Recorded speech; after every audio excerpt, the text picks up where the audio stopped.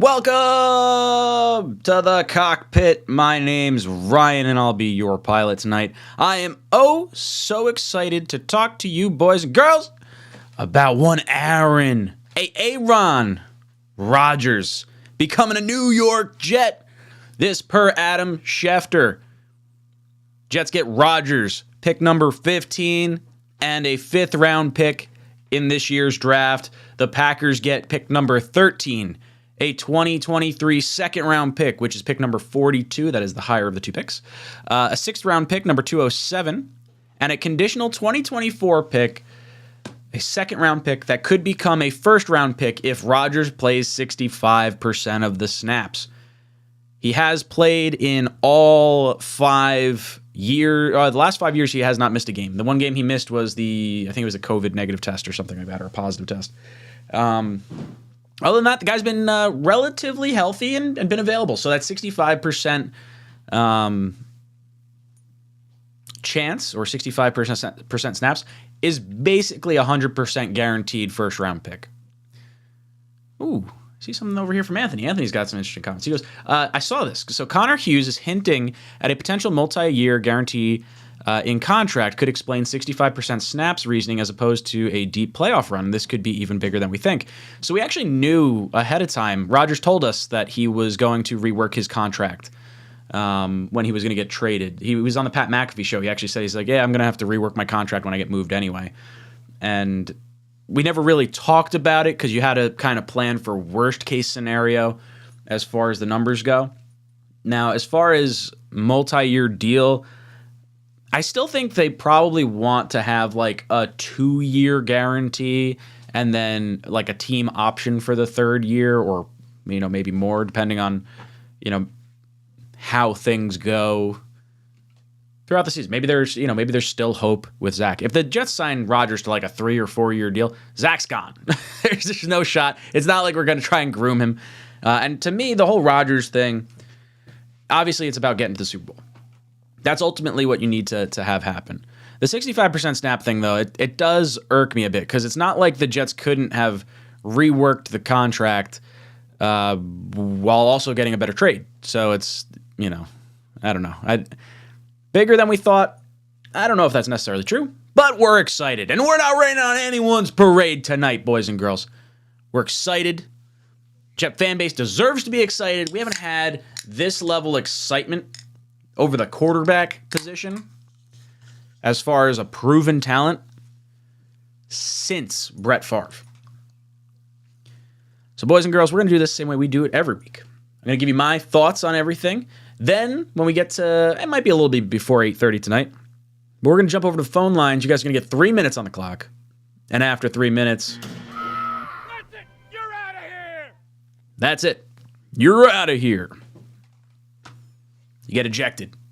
I'm excited to hear what you guys have to say. I think there's a lot of Jet fans that just want to, let out their excitement. Maybe a few that have, maybe a little frustration. I think we're going to have some interesting conversations as far as the trade compensation is concerned. I want to hear what you guys think about Connor McGovern. He's coming back as center. Does that mean the Jets pass on center in the second round? I think it does. Now, as far as the trade compensation goes, if you guys watched my live a little bit earlier, I've been on the same sort of wavelength. I think this was a great trade for the New York Jets. You got a Hall of Fame quarterback for what ultimately works out to be the value of the 13th overall pick, which is just, I don't know if they planned on that, working out that way with all the points and the draft compensation, but like Rodgers basically counts the same amount of points as the 13th overall pick. So if you look at it in that sort of lens, Jets gave up 1 first-round pick for a Hall of Fame quarterback to go all in on Super Bowls for these next at least 2 years, I think is what you're hoping for. And the picks be damned. Screw it. We haven't had a quarterback since Namath. I mean, that's like literally Namath played 14 games and owns our single-season passing record. Even with 16 games, no one sniffed it. Like Fitz got kind of close. I think he was just shy of 4,000 yards in 2015. But he couldn't even break it. Like that's how miserable we've been at the quarterback position. So being able to see Rodgers come in. He's probably going to break our passing record. He's probably going to break our touchdown record. And it's going to be fun and exciting to see. Now, as far as the trade compensation goes itself, I do think the Jets overpaid. I'm going to stand by that. For where the Packers were and where Rodgers was and the leverage, there's that word, that Rodgers had kind of because of his contract and the Jets' leverage that they had because of the knowing what the Rodgers contract was. In my opinion, the Jets didn't need to make this happen prior to the draft because they really just needed him here for training camp. So when I'm looking at it, I'm saying I'm only making a trade before the draft if the Packers make it worth my while. And when I look at the trade, I don't see that. I'll be honest. I think the Jets shouldn't have had to touch the 13th overall pick. Now you slide back to 15. You let a division rival go in front of you, which maybe they're not focused on the same position we're focused on, but we don't ultimately know that. That doesn't mean they can't trade out for a team that's looking to, leapfrog the Jets in some capacity. We've given that sort of weird, I don't know, that was a weird concession to make. And then in the second round, what? You couldn't have given up 43. I know it's one pick, and it doesn't matter a whole heck of a lot. But when you're looking at the 2 second-round picks, the Jets clearly gave up the more valuable of the two. And it's all right, whatever. And then this 65% playing time thing.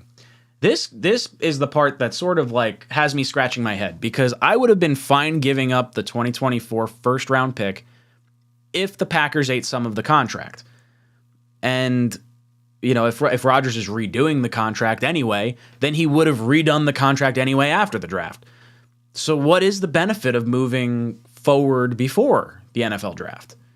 You just basically allowed at least one less premium pick, pick being 42, where you're not adding someone. It's okay. It's not, look, obviously 100% worth it. The quarterback is so much more valuable than whoever that second round pick would have been. I don't care who it is. There's no way that second round pick was going to be more valuable than getting Aaron Rodgers through the door. I think the part that I'm salty about, though, is that the trade was going to happen anyway after the draft. And that's the only part that kind of leaves me scratching my head a little bit. Because when I saw Joe Douglas and Robert Saleh at the owners' meetings, and they were talking about this trade, they were cool as the other side of the pillow. They didn't care. If this gets done in training camp, we have an offensive coordinator. He knows the system. We're not worried about it. We're not concerned. He doesn't have to be there for the beginning part of it. What happened? What changed? Did they get spooked? Did they think some other mystery team was going to come out of the woodworks and trade for Aaron Rodgers? Did they think Rodgers was going to retire? Because last I heard, Rodgers said he was only going to go to the Jets. Were the Packers honestly going to pay a $60 million a year backup? I don't think so. So I ask again, what happened? What changed between last month or 3 weeks ago to now? Why the urgency all of a sudden? I don't know. It kind of leaves me scratching my head a little bit. Do you think the NFL and Goodell and the 31 other owners were going to allow Green Bay to just bench Aaron Rodgers and not make the buku money they could have made off of him? No shot. No shot. This trade was going to get done either way. So benefits, gets done fast. We know what we could do going into the draft. Not that I really don't think it changes our draft plans at all, aside from losing some draft picks. But does the approach to the draft change? I don't think it does. I don't know. It's interesting. It just makes me wonder if the heat was really on Joe Douglas and he really felt he had to get this done now because he was panicked? Or is it, could there have been pressure from ownership? Hey, get this done. This is the NFL draft. We're going to have a whole week talking about the New York Jets, which I am happy about. And through the whole draft, it's all going to be about the New York Jets. It's a great time to sell tickets, I'll tell you that. Great time. We'll see all those ads getting pumped out. Season tickets, season tickets, season tickets. You should get yours. It's going to be a good season. Jets are going to make the playoffs. I'm not concerned in the slightest. Candle Jack hopping in. Says, JD doing favors for Jets pals, Packers save face. I mean, I think the Packers, look, if you're honestly looking at it, you're saying Russell Wilson got traded for a king's ransom and got a monster contract. Deshaun Watson got traded for a king's ransom and got a monster contract. Rodgers really didn't get traded for a whole heck of a lot, all things considered. And his contract, I think, is going to be a lot better. I think it's going to be similar to the Tom Brady contract, like a 3-year, $25 million a year contract. I really think Rodgers wants to go all in. I think he does, and I think he wants the Tom Brady treatment. So I do think the Packers made out well. Saving face, I think that's part of it. I do think that relationships probably played a part in this whole situation, because we've heard Douglas say he's been friends with Goot since, for 20 years or whatever. I don't think anyone wanted to drag either team through the dirt, but I think all of us should be looking and saying the Jets paid a premium to get him now as opposed to later. It's okay. It's okay. It is all right. I'm excited. Finally have some good football that we can look forward to. Crossfire comes in, celebrating 2 months of membership, says, who says the Jets aren't going to be winning in the third quarter in a lot of games and throw Zach in the fourth, letting the defense do what they do, causing Rodgers to play 64% of the snaps? That's what I would do. Ooh, that is interesting. It's not something that I would have thought, because I don't... If you get that far ahead in a half and you play, Zach for the second half, there's still a lot of time there. A lot of things go sideways. I really like the idea of Zach being on ice the whole year and Rodgers just playing the whole game. But it leads to some interesting conversations. Like, in the... Let's say a situation happens with the Jets and someone gets hurt. Not out of the realm of possibility. If you're a Jet fan, you've been watching this team for the last half a decade, we've been riddled with injuries. Heck, we lost Brees and AVT within like 15 minutes of one another. And our season got derailed completely.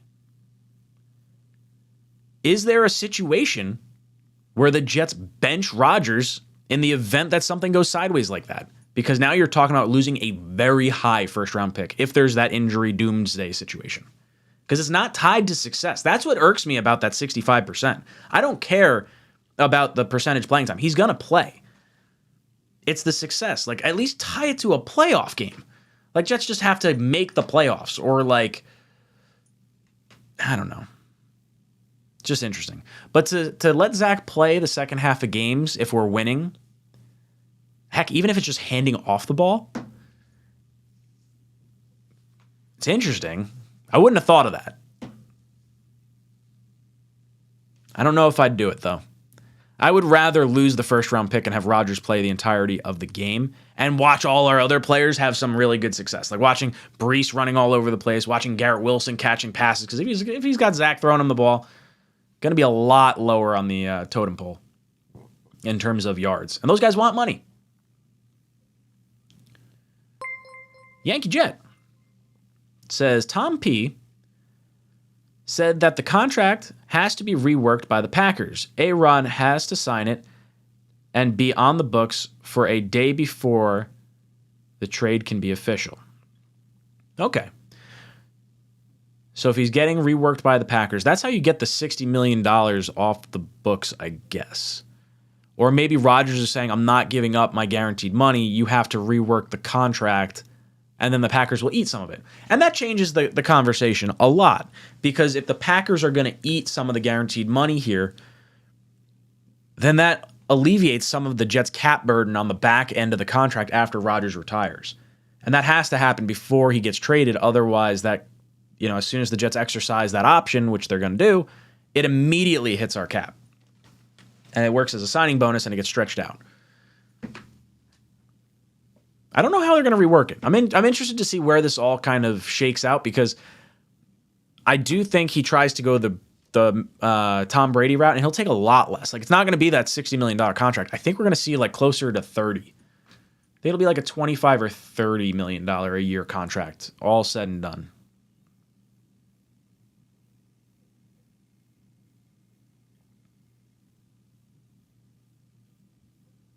Curly says, this is a classic case of how people will complain no matter what. We just got a 4-time MVP. I've had to watch Petty, Clemens, Darnold, Zach Wilson, Brooks Bollinger, Sam Darnold, not Hackenberg, Sanchez. we got a lot of bad quarterbacks in our history. I agree. You could be excited for this finally going down and disappointed with the compensation. I think both things can be true without it being mutually exclusive. Because I think this trade was definitely going to happen, and I do think the Jets just overpaid a little bit. Am I wrong? I don't think I'm wrong. I think I'm right. Zachary said, if we had 2 second rounders, we would have taken a center, but we signed one and 1 second to the Packers. So who is the second we are targeting now? I think there's a real possibility the Jets go tackle at one of those spots. It's either going to be in the first or second round. I'm not as sold on it being in the first round. I still want Broderick Jones. I called Broderick Jones back in January. I'm going to stick to my guns. I'm going to say that's definitely what's going to wind up happening.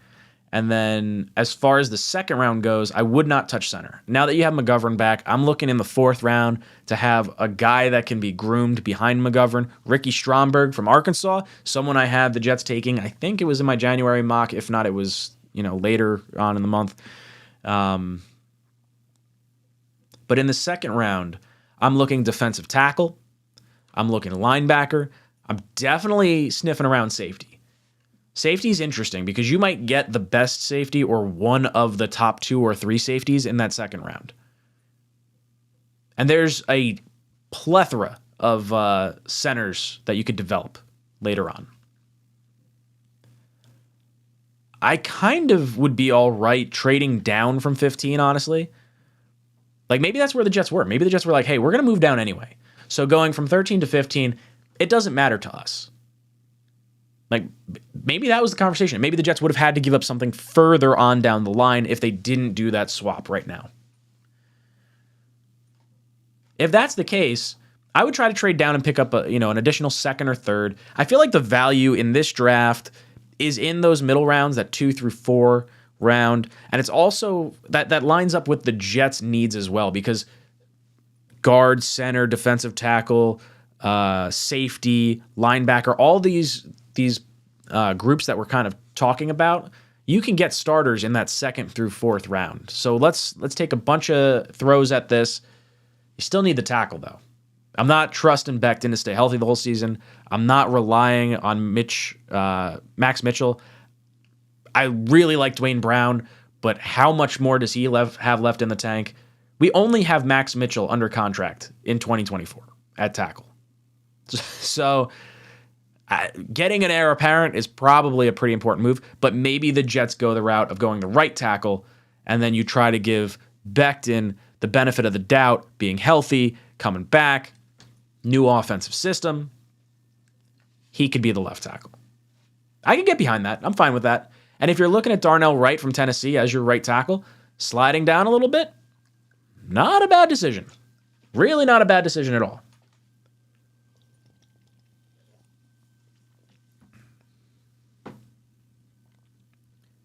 Andrew Yale hops in, says, keep hearing, wait until we see the new contract. Let's effing go.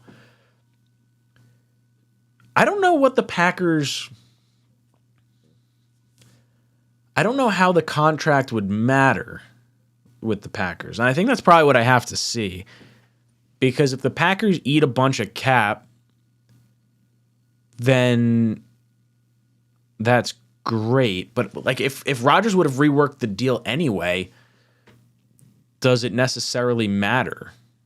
Like, either he's keeping the same amount of guarantees that the Packers guaranteed him, and then the Packers are going to eat some of that, and then the Jets will just have less of a financial burden on the back end, maybe. But it seemed like they were probably going to just rework the whole deal. I'm going to say it's probably going to be about a $30 million a year contract. I think he takes a lot less to stay here.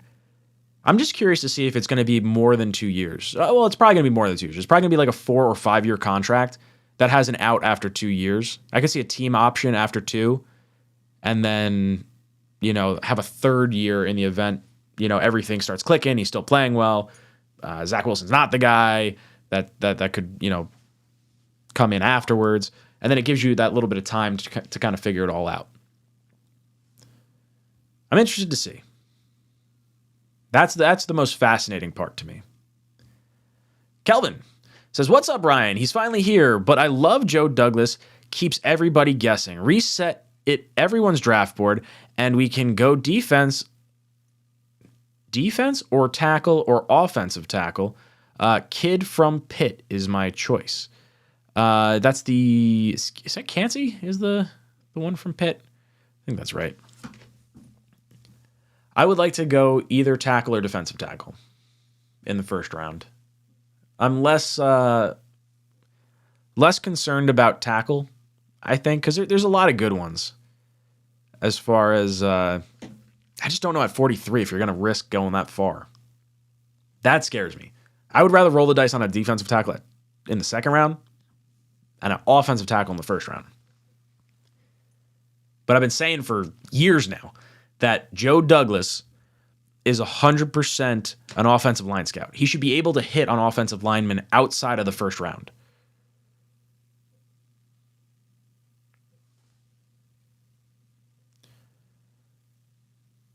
What else we got going on?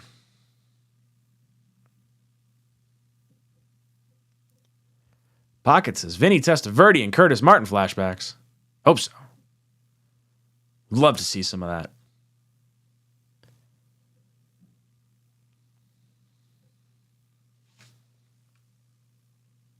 Randy says, everyone relax, trust in JD. The main catch says, I'm super pumped to see what Garrett Wilson will have for yards and touchdowns with Rodgers under center. Dude, I really like that we held on to Corey Davis too. That's kind of one of those like not super talked about things in this whole situation, because a lot of us thought that Davis might be included in the trade. But I think Rodgers or the Packers wanting to trade for Corey Davis in the past sort of implies that Rodgers to some level wanted Corey Davis on the Packers at that point in time. So him wanting to play with him here in New York makes a lot of sense. Now, there's going to have to be some cap maneuvering for the New York Jets because it's got to be a little bit... I don't know what McGovern got, if you guys knew the contract or not. But I think the Jets were sitting around $8 or $9 million prior to McGovern. Blitzkrieg says, I think we are going to target Oluwatimi or versus Stromberg. Isn't Oluwatimi, is that the Michigan guy? I think that's the dude that was a dick to Dom C. If I'm not mistaken, down at the Senior Bowl. I could be wrong. I'll have to ask Green Bean later on. But Stromberg I really like. Big Stromberg fan.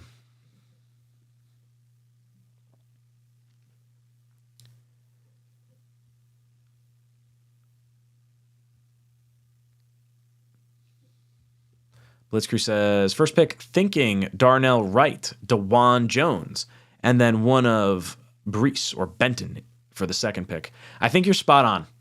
I think that's definitely very likely. Gregory says, hey, Ryan, do you think going from pick 13 to 15 changes JD's first round draft strategy much, if at all? My thought is if the Jets were moving from 13 to 15, I think they were feeling they wanted to trade down anyway. And maybe doing this type of move allowed them to give up a little bit less at some other point in this draft process. I don't know what that could be. I'm not in the room, obviously. But I think there's a chance the Jets are fine moving back a little bit. in which case that sort of makes me think they're not going for one of the top left tackles, because I think the 3 left tackles, you might miss out on the top 3 by doing this move. But I do think you're going to have DeJuan Jones and Darnell Wright available, both guys that play right tackle, which would imply you're going to have Becton as your left tackle with Brown being the backup. I'm all right with that. That's a fine move, in my opinion. Pick 42, defensive tackle and safety kind of jump out at me in the second round as like really big values. So I don't know if it necessarily changes Joe Douglas's approach. I think it changes my thought process on where I thought they were going, what they were going to do. This move implies to me it's not necessarily left tackle. I think. It's more me reading tea leaves than anything else. Brian says, this is why Elijah Moore had to go. Rodgers is taking number 8. Yeah, I kind of like the number change almost symbolizes the end of an era with number 12 and the coming in of number 8 with his new opportunity with the New York Jets. And then you don't even have to worry about the whole Joe Namath retiring, unretiring a number. I'm glad. I shouldn't say I'm glad. I was kind of hoping to see like all the theatrics of like everything that could go into like Joe Willie Namath opening up the chest with the number 12. Like, oh, give me chills. But I like that Rodgers has the respect to say, nah, I'm not going with number 12. I appreciate it, Joe. Let's go have a beer. But I'm not taking your number.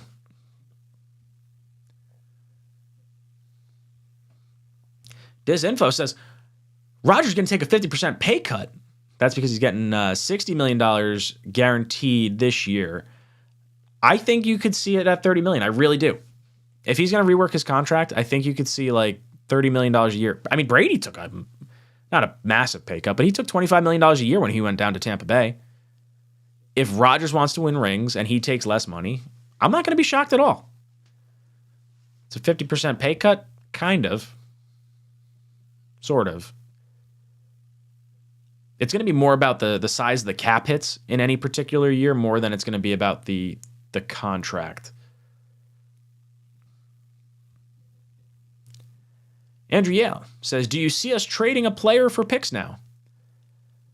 I'm interested to see who it would be. Bryce Huff? Maybe? If you're keeping Carl Lawson, which I think you would, I would think Lawson maybe restructures and, you know, is on the team for maybe matching exactly what Rodgers is. If it's 2 years, he'll restructure for 2, drop his cap hit this year. I could see something like that. Jet Engine drops in, celebrating 17 months of membership. Thank you, dude. He said, fuck the picks. We've been picking in the top 10 for 50 friggin' years. We've had 16 first-round picks the last 11 years. 3 last year. We're fine. Went from 13 to 15, gave up a 2. Who cares? A-Rod, baby. Yeah, when you look at all the Jets draft busts over the last few years, you're like, man, who gives a shit about the picks? And I totally get that. Like, I understand it. My only thought is that the trade was going to get done regardless, so you didn't have to. That's more my thing. Like, the Jets were just generous and gave away picks. That's what it feels like, at least. But yeah, who cares about the picks? But we're not going to give a shit what picks we give up if we're holding the Lombardi Trophy. I'd give up an entire 2 drafts worth of picks to hold a Lombardi Trophy from the New York Jets. Like, the Jets are like, we finally got one after 50 friggin' years, since Super Bowl III. We got a ring. I don't care about any draft picks. You win that, don't care at all. I'm just looking forward to positive football. Heck, I'm happy. I'm probably happier. I shouldn't say I'm probably happier than a lot of people, but I'm very happy because I've been covering the Jets for 5 years on this channel, and we have been miserable. We have been so bad. So to actually have successful quarterback play coming down the pipeline, it gets me really excited to see where this all may potentially go. Who knows? We'll see. So I'm definitely happy. Candy Boot, thank you so much for the very generous super chat. He says, Rye, me and my pops are so damn excited. We are planning on going to the Denver and Raider game. Aaron is going to sling his balls off, throwing that ball. We might not love the trade, but Aaron is our guy. Go Jets. It's our time. Dude, I'm so happy. I can genuinely say, I always look forward to football season, and there's always like a lot of what feels like false hope for the New York Jets. But now I think the Jets have the fourth best Super Bowl odds of any team in the NFL. And you look at any team across the league, which team right now are you afraid of to go against our defense? What offense scares you so much that you don't think our defense can handle it? And then ask yourself, what defense scares you with Aaron Rodgers? Or are there 5 teams in the NFL that would cause problems for our defense? And then look at their offense and say, all right, well, can we at least outscore them with our defense? The Chiefs, I see you guys saying that. I think the Bills, potential option. The Bills, I'm a little cooler on than I was. I was very high on the Bills the last few years.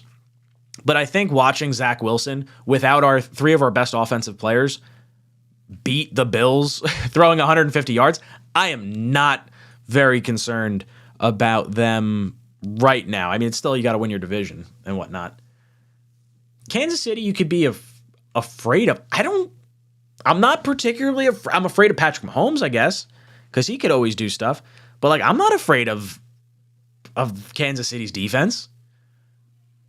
I'm not really afraid of their weapons either. I'm afraid of Kelsey, and I'm afraid of Mahomes. Those are the 2 big things. Outside of that, and honestly, if you wind up on the opposite side of the bracket of Kansas City, you might have 2 games where some other team might have the opportunity to knock him off before you have to worry about that, if you get to the playoffs and everything works out that way. I'm looking forward to it, Candy Boot. Thank you. I see Knob Craft had something. Let me find that. I'll find it, Knob. Don't you worry. There it is. Hard Knocks. Hard Knob Life. He says, we really got to learn to appreciate nice things when we get them. Yes. It's very easy to be doom and gloom. Not even just doom and gloom, but be pessimistic. My wife gets irritated with me at times. And it's not so much that I'm a doom and gloom kind of guy or looking at the bad side of things, but I've been kind of trained to find how we could do things better. In my line of work, we do what's called a SWOT: strength, weakness, opportunity, threats. So anytime we have a big event, we're trying to figure out how we can make it better. There's always some way to make it better, always some way to make more money, always some way to get more people in attendance to, golf outings or events or whatever I'm working on. And in my mind, that sort of maybe pessimistic side that comes out isn't so much pessimistic as much as it's man, we could have done better. There was more meat left on the bone. And we got full. We just said, hey, we're happy with Rodgers. We don't care if we got, we could have had a few more picks of our own, but we had the meal. You don't want to overstuff yourself and then ruin your nice steak dinner that you had. Right? That's kind of where my maybe pessimistic side comes off. It's not trying to be that way. It's just I think we could do better at times. James comes in and says, dangerous game, unretiring number 12. If Rodgers won in 12, we would force every quarterback for the rest of Jets history to wear it too. But that's kind of cool though. If Rodgers did wear 12 and we won a Super Bowl, I'm cool with just having 12 as the quarterback, because then you can't really ruin it so much. It would just be hey, this is just tradition for the New York Jets. 12 is our quarterback all the time. That's actually kind of a cool aspect to this. 8, it's going to be a little weird watching Rodgers in 8. But I like that he has the humility to go with 8 as opposed to taking 12. And I do think that when we hear him talk, I think it's probably going to be something along the lines of hey, number 12, he was a Green Bay Packer. Number 8, he's a New York Jet. Number 8's going to give you everything he's got. I agree. I think there's a little bit of sourness. You could taint that number 12 jersey from Namath if Rodgers doesn't win a ring. And I don't want to see that happen. I don't want to see that jersey get tainted. William says, I love you, Ryan. What is going on with the call-ins? All right. You got me. I was talking to everyone in the chat. All right, one more. Andrew Yale's coming in. Then we'll go over to the phones. Andrew Yale drops in. He says, Ryan, how many PT games, primetime games, do we get, and who do you want to see us playing on primetime? Jets are a national team now. Let's effing go. I think the Jets are going to get the max. I think the max is 5, maybe 6. I bet we get, let's say we get 5, and then I could see us getting flexed into another primetime game. I think that can happen. But I would like to see, I kind of want to see Jets Giants Monday night. Week 1, 9/11. You got the 2 New York teams. You got Robert Saleh, whose brother was in one of the towers when they, just before they went down. I think that would be kind of cool for what that game would mean to the city of New York. So let's say that's in prime time. I'd like to see Bills, Patriots. I'd like to see Chiefs. Who am I missing? Eagles, Dallas? That would be 6, I guess, because we're playing AFC East, NFC East, NFC West, or AFC West, and then just division equivalent, right? Like whatever our place finished. Disinfo says Buffalo, Kansas City, and Dallas would be cool. Hennessy says Jets versus Patriots week 1. Yeah, exercise the demons right off the bat. Like, yo, Jet home game. Actually, no. I don't want a Jet home game for week 1 because Green Bean can't be there. So I want Jet home game for week 2 so Green Bean can be there. And we're going to go to our regular, we're going to have our rowdy crew, people all showing up, getting all amped. Ugh, can't wait to get my tickets. I'm excited. All right. So I'm going to put the little call-in thing on the screen. I'm going to put my, let's see. If you want, call into the show.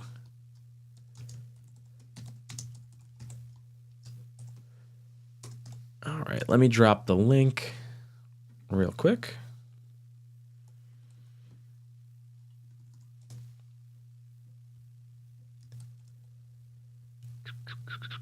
I should have just had it queued up in the chat, and I didn't do that. All right, so it's going to be the pinned comment in the chat. Let's see. Pinned. All right. So you guys know the deal. 3 minutes on the clock. After 3 minutes, you get the chicken. Oh, Mr. First Call all the time. We got our buddy, Charles. What's up, dude? Welcome to the cockpit. J-E-T-S. Jets. We finally got that sumbitch. I love it, dude. It finally happened. It took forever, but it's finally done. Charles, talk to me. How are you feeling right now? Well, I can understand why some people might feel a little bit negatively about it, but honestly, I don't want to sound like an obnoxious fool, but I knew we had to give up something to give up Aaron Rodgers. I said it in the chat while you were talking about it. I had a feeling we were going to swap picks, 15 for 13, something like that. But I'm happy we got him, man. I'm so freaking happy we got him, man. I mean, Aaron Rodgers, since Peyton Manning retired, has been my favorite player in the NFL. Dude, it's going to be a lot of fun watching him sling the ball to our young playmakers. Lots of fun. Oh, my God. Him and Garrett Wilson and Corey Davis and I can't say Elijah Moore because his ass is gone. But we still got Uzama and Conklin and Brees. Like, lots of weapons. Denzel Mims, let's see what he has, right? Excited. Exactly. I was going to say him too. But, I think this is a win for both organizations. I don't think I don't think it was like a total one-sided thing. I think both organizations got the dub in this trade. I think it's going to Mhm. work out for both organizations because the Packers, they said they wanted to move on from Aaron Rodgers. They're going to try to put everything around Jordan Love, who I think has the potential to be a solid quarterback in this league. Mhm. Um, and the Jets, they're in a win now team. Last year, no, I mean, let's be honest. Did anyone expect the defense to be that good last year? I did, but they played their asses off last year. Brees Hall was having runner wild on people like he was the second coming of Chris Johnson. I mean, the guy was incredible. Dude, it's awesome. We accidentally got way better than our initial timeline, I think, was. I think the thought process was probably like, oh, 2022 is going to be an evaluation year. And then you're like sitting back and you're like, oh shit, we're 7-3. We're actually like a good team. We might make the playoffs. And then you're watching like god awful quarterback play. And literally all the Jets need to do is have baseline quarterback play. We're talking like 16 to 20 ranked quarterback play. Heck, if the Jets ranked 19th in points for, that would put them at 21 points a game. If you were 19th. And if you scored 21 points a game, the Jets would have another 5 wins. The Jets would be like an 11-win team or a 12-win team. What I were we, picked them 7? to win 11 games last year because of the schedule. No one Well, expected I definitely Jacksonville. did not. I thought the Jets, 7 wins was the floor. I thought 10 if everything clicked right. Well, because we didn't know what we were going to get with Jacksonville, but of course they have a good coach in Doug Peterson. I wasn't too high on the Vikings. Boom! Charles, I love you, but we not taking any extra time tonight. We got too many callers on the line. Guys, I see all of you in the queue of callers, so just keep the call coming in. I'm not going to click accept on the call just because it bogs down my end of the computer, so just wait until we get in order. But we got Joe, your Atlanta Jets fan. Then we got Drax, Pappy, and then Ryan joining the show. Joe, how you doing tonight, brother? We did it, Ryan. We did it, Ryan. Dude, about damn time.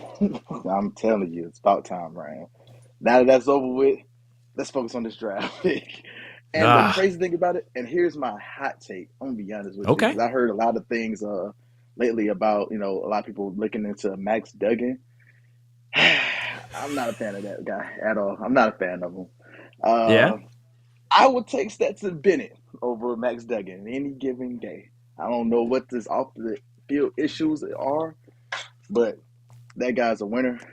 Me being from Atlanta, of course, I'm a UGA fan, but the guy's a winner. I see him literally work his way up, and one person that he can really push all the way to the limits. If Zach Wilson had him under him, oh my goodness, I think Zach will play a whole lot better because Stetson's not taking no prisoners at all. Interesting. I do like Stetson Bennett. I really do. I'm kind of the opinion I don't want to take any quarterback this year because I want it to be like a focus on Zach. And I shouldn't say a focus on Zach. I want it to be focused on Aaron Rodgers with like building up the team for him, but then using an extra pick on a quarterback that at best is going to be I shouldn't say at best, but I think it's going to be our backup. I'd rather hope on the potential of Zach, and then after this year, if we decide, hey, we're not exercising this fifth-year option, then by all means bring in a quarterback, next season, even just for competition for year 4. Absolutely, yeah. Yeah, I don't know. What round would you like to see a quarterback go for the Jets if you did want to go that route? We don't have to really draft Stetson Bennett. A word on the street is he might go undrafted. So we just snatch him on up and have him that's different. Practice squad. Yeah. It's weird that I say that that's different because if we took him in like the 6th or 7th round, like how much is like what's the skill difference between a 6th round pick versus like an undrafted free agent guy? Like it's probably not that drastically different. I mean, at quarterback it probably is, but yeah, I shouldn't maybe get so hung up on it. Yeah. If we go quarterback and so on and so forth, just don't get Max Duggan. I seen him in the national championship just wet the bed. Like I don't get him. Get the winner. Get the other side. Get the guy on the other side of the field. I hear you. What do you want to see the Jets do at the beginning part, particularly in round 1 and 2? I want offensive tackle, but I will wet my pants if we get JSN. No, man. There's no shot, dude. There's no way he's getting past the Packers and the Patriots. Like, there was a long shot for him to get to 13. Well, Chris Sales got him going like pick 29. What? He doesn't know what the fuck he's talking about. That's ridiculous. Joe, Yeah. boom, you out of here, brother. Love it. Love it. All right, we've got Drax joining the show. Drax, how you doing tonight, brother? Man, I'm good. How are you, man? I'm great. I'm great. Dude, Man, I'm so hanging happy. in there. I was with my friend and her cousin, who was Xavier Knight. You know, our running back for the Jets. No way. Yeah. I was shocked when I found out too. I was like, Oh, wait, that's awesome. I like Bam a I lot. and I was listening to the radio, and he was like, all you Jets fans out there, be happy. You guys got A-Rod. Oh, my God. I was going crazy in the car. I almost crashed my car. I literally Dude, was like, I was in my crying. office at work, and like there wasn't many people in the pro shop at the time. But then like I get the notification on my phone. I'm like, oh, it went down. And then I hear the guys in the pro shop, because it's a Jet fan behind the counter at the time. He goes, oh, Ryan, it happened. We're going to the fucking Super Bowl. I'm like fist pumping, we're high fiving, and like, oh, it felt good. Yeah, I was thinking for months. I'm like, no way, this has to happen. It has to come out sooner or later, man. Like, ain't no Oh way yeah. this is gonna happen. But when you think about it, we put Aaron Rodgers in the predicament where we have a top 5 defense and some more pieces around him. Because remember, the Packers was number 17 last year, and we was number 4. So now that we got him some defense, and we got to add more pieces, and then add our own line, and he has nice young pieces, I think we're a Super Bowl team. Definitely. Yeah, I completely agree. I think when you look at the last time Rodgers won a Super Bowl, they had a top 10 defense. The Jets were a top 5 defense last year. Yeah, man. I'm ready to win the Super Bowl, bro. I'm ready to win Dude, the Super Bowl. I threw my $100. I was like, let's burn it. I don't care. Hey, Let's see what I happens. wanna- I $100 wanna on the be- Jets win I a wanna Super be- Bowl. I want to beat the Patriots. Fuck the Patriots, bro. Oh yeah. Fuck the Well, dude, Patriots. the last I time need we to beat the Patriots, that like really felt like it meant a lot. I mean, I guess we had the Eric Decker's like overtime catch that meant a whole lot, but like that AFC, it wasn't divisional round. It was the or no, it was the divisional round. Oh, Yeah, dude, might that have was been, so cool. Oh yeah, man. Well, I hope I'm I hope enjoying we're this up by stream. 30 on the Pats, and then I hope we like keep hucking the ball downfield. Like, let's run up the score on these Yeah, mother just truckers. let me catch it, just throw it out to the man. Dude, It I was want nice talking to you. I want Garrett Wilson to have like 1,500 yards this year. The guy's absolutely electric. Oh yeah, definitely. Plus Brees Hall, Conklin, CJ, Dude, the tight ends are Davis, gonna feast. everybody. Yeah, it's crazy, man. Well, This thank you is for letting me a up there. loaded team. Dude, thank you so much Yeah. for calling in. It is much appreciated. And you get the chicken as well. Thank you so much for calling in, Drax. Boom! You're out of here! Booted. All right. We've got Ryan joining the show. Ryan, how you doing tonight, brother? Hey, what's going on, bud? Dude, I'm hanging in there. I'm feeling good. It's nice to finally have this whole thing, behind us, and at least we can look forward knowing Aaron Rodgers is going to be here. Well, I hate to burst your bubble or choke your chicken, but just hold on a Ooh. second. All right. I think that the NFL draft is going to go completely different than anyone thinks. Ooh. Because if you really think about it, this morning told us a lot. They signed Connor McGovern. Yep. And that right there solidified the fact that we weren't going to have that second round pick. So that should have told us, if you really look at it now, that told us it was coming down the pipeline, that it was Oh, in 100%. progress, that it was already in play. So, JD, everyone last year, Green Bean, myself, a lot of other people like, hey, we need edge. We need edge. 4, they didn't do it. They didn't do it at 10. They did it at 26 or 28? I mean, come on, dude. It was crazy. No one would. I mean, I know you wanted Sauce. I get it. You were right. We were wrong. Wait, I'm again- sorry. I didn't hear you. Can you say that one more time? Hey, you know what? You're starting to sound like my wife. All right? It's all right. So how do you think the draft goes? Like, what? Yeah, okay. You see this? I Now you love it. started some crap. But listen, I love it. I don't think it's going to go the way that everyone projects it's going to go. Okay. JD has, he loves his O line and D line. He loves Hmm. his trenches. But at the end of the day, if last year didn't show you with Sauce Gardner and Gary Hmm. Wilson, it's best player available. And I truly believe Hmm. that. And I think this year he's going to reinforce it with Hmm. whatever direction it goes in. I just think that it's going to be that's what it's Hmm. going to be. Um, I do, the thing I that I, do like best player available. I think that is the best way to go about a draft because you're locking in a guy for a 5-year contract. You can't think just like 1 year need because your need this year could be totally different next year. well, look, I mean, look at previous GMs with the Jets, dude. Hmm. Even with other teams, when you draft for need, you either overreach or they Hmm. underproduce. You know, Hmm.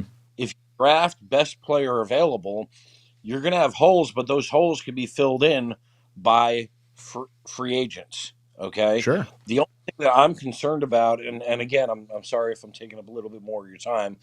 That's I'm all right. I'm concerned curious to see about where this goes.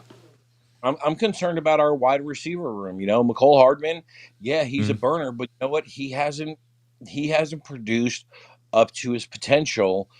But what's his potential? Denzel Mims, that's another Hmm. one. Corey Well, Davis, so he the doesn't nice thing return a about lot. Denzel Mims and really a lot of the guys on our offense is kind of the same thing I said about our defense last year, where we were getting guys back, LaMarcus Joyner, Carl Lawson, Vinny Curry, and then you add in extra players, Sauce Gardner, DJ Reed, in this past offseason or last year. But basically, by getting healthy players back, your defense looked significantly better because you're almost adding extra free agents. And with the offense, getting the new offensive coordinator in, getting Aaron Rodgers in, now you have to look at like Denzel Mims, Laken Tomlinson, Connor McGovern again, I guess. Mecole Hardman and where all these other players could be because of this change in offense. But Elijah Moore was going to be one of those players that I was really high and excited for. But I agree. I think we don't know where those players could be, but it's actually like an addition without paying more money, if that makes sense. Well, it is. You're absolutely right. And as far as it's just the wide receiver corpses is just when you look at their statistics over the past Mm-hmm. 2 years, it's not as glorified as everyone makes it seem to be. I mean, No, I but we had don't horrible look quarterback at play. Right, I love you so much. You've been ejected from the cockpit. You're out of here! He was making a good point. I got Fabian, then Christian, then Jay, then William, then Pappy. I'm going to get to you guys in just a second. Mumtaz sent in $20 super chat. Thank you, Mumtaz. He says there is no way the Jets won the trade. Green Bay improved their first round pick, got a high second round pick, and can walk away with another first round pick and get $60 million off their books for 1 year of Rodgers. No protection for next year if Rodgers walks. So, Mumtaz, I agree with you to a point. I would say, yes, Green Bay got the better end of the deal for where I thought it could be. I thought the Jets had a lot of meat left on the bone that they decided to put down and push away. They're like, hey, you know what? I don't need to eat everything. I've got my fill. I've got my quarterback. We're fine. We could have raked you over the coals. We could have, because look, the way I looked at it was the Jets didn't have to make a trade prior to the draft. It was the Packers that needed a trade to happen before the draft because they needed a pick to help Jordan Love. So in my opinion, something needs to happen that benefits the Jets in such a way that it's more attractive than us using all our picks on players to surround Aaron Rodgers. And there's a few ways that could happen. It could be a restructured contract where now Green Bay eats a massive portion of the signing bonus, and now the Jets have much less financial burden on them on the back end. That's option one. Option two isn't necessarily fan or winning based, but getting the quarterback right now during a highly visible time with the NFL draft and the hype train that's going to be coming right now is going to be a big time to sell tickets. Big time to sell tickets. So that is an attractive option from ownership side of things. Not to mention the Kings are in the playoffs, and the Jets now own the longest playoff drought in professional sports. That absolutely plays a factor as well. But Mumtaz, I am in agreement with you. I do think the Jets left a little bit out there. Because in the first round, look, the Jets moved back in the first round. We gave them the better of the 2 picks in the second round. And we basically gave them a guaranteed first round pick, not based on performance, but based on just playing snaps. You wind up having an injury to one of your other major positions. Who knows? Maybe, a major player in some facet goes down next year and it just cripples, a few different areas of the team. Now, I do think the Jets will be more resilient to injuries because of having Aaron Rodgers. So you got to weigh that as well. But yeah, I agree, Mumtaz. I do think that there was probably a little bit left for the New York Jets to get, and we, for whatever reason, decided we opted out of a better trade to make a trade right now as opposed to waiting. Because I don't know what changed between the owners' meeting to now, because Douglas and Robert Saleh both seemed like they were totally fine letting this run into training camp and not concerned at all. This speaks to me as we need to make a move right now, get this done. And I can't help but think it doesn't necessarily pass the sniff test. I feel like there might be a little bit of hey, let's get this done now, either by the NFL or by the ownership, or maybe Douglas is actually afraid someone might jump in. I don't know. Or Green Bay offered enough in some type of compensation via the contract that made it more attractive now versus what they would have done after the draft. And that's the piece that I think we don't know. Fabian, what's up, brother? Welcome to the cockpit. Yeah, I'm upset because Green Bay took our 32nd 2024 pick. Let's go! Let's fucking go! Right? Yeah. Who cares? Yeah, no, I mean, listen, what you're saying is right. I think maybe they want to get it done. They want to work on other free agents, and we'll see when the details of the rework contract comes out. And but on the surface, it looks a little bad. It's a first round pick. He's going to play 65% of the snaps. I would have rather, like you said, a playoff appearance, a Super, whatever you want to do. The 65% he's going to get, but nevertheless, I'm fucking psyched, man. This if we have Fitzpatrick from 2015 with this year, we can make the playoffs, and this guy's better than that. You know what I mean? Dude, so, top 5 quarterback. I'm loving this. And I think the team has as much talent, just younger, probably more talent, and younger than that 2015 with Brandon Marshall and Decker and stuff. So the offensive line still needs work, but what I want to ask you, where does that leave Corey Davis, and Carl Lawson, but specifically Corey Davis? I always thought he was going to either be part of the deal or they were going to cut him because it was minimum. But unless they get Jackson Smith-Njigba? No, I was thinking of in free agent. Hopkins. Hopkins. I guess they might keep him. I'm all right with that. It's a good receiving room. Yeah, I think Corey Davis stays. And the main reason I sort of switched my tune was obviously OBJ going to the Ravens, first off. But my second piece of the whole puzzle was that the Packers tried to trade for Corey Davis at one point while Rodgers was still in Green Bay. So that told me that Rodgers, in some capacity, wanted Corey Davis to be on the team with him in Green Bay, which, maybe he wanted Odell more than Corey at one point, but with Odell being gone, I think he's fine with Corey Davis. So I would really like to see Corey Davis lock in for 2 years, restructure, drop his cap hit this season. And the same thing with Carl Lawson. I would almost be all right with trading a Bryce Huff as opposed to cutting Carl Lawson, because Carl Lawson can play every down, where Huff I love, but he's only a third down pass rusher. Now with the Jets scoring more points with Aaron Rodgers, Huff becomes more valuable. So I don't know. The whole part of me wanting Carl Lawson gone was saving the $15 million and opening up more opportunities for Bryce Huff, Michael Clemens, Jermaine Johnson. And I'm a little concerned that we're kind of clogging up some of our young guys. But at the same time, that just means they have to play better to see the field. So it's not the worst situation. I think the Jets are going to have to do a little bit of cap gymnastics. I just don't know who gets reworked. Yeah. Real quick, I just don't think it's a coincidence that Quentin Williams had the best year of his career with a healthy Carl Lawson, and I think this year will be better because he's a year removed from that injury. So I like Huff. If they could trade him, they're gonna, and I think they're gonna real quick. They're gonna trade down in number one from the first pick, and they're gonna trade down from the second round pick, and he's just gonna go to town with all the picks. Yeah, just stock up on like second and third round picks, and I like that a lot. I think quantity at this point is almost better than the quality in certain In aspects. this draft, there seems to be no superstar. So give me the chicken. Ah, Fabian, you are out of here. I love it. You've been ejected from the cockpit. All right, we got Christian joining the show. Christian, how you doing tonight, brother? Oh, man, I am relieved that the deal finally got done over with. Dude, we've been like dragging our feet for like, what is it, 5 weeks now? And we're like, when's it going to happen? And now I've been beating myself senseless listening to sports radio. I was like, I need something to happen. I can't just keep making videos on like, it might happen soon. Yeah, big facts. Like, I sure hope this translates into a Super Bowl, because if it doesn't, like, I'm gonna get trolled so much by all the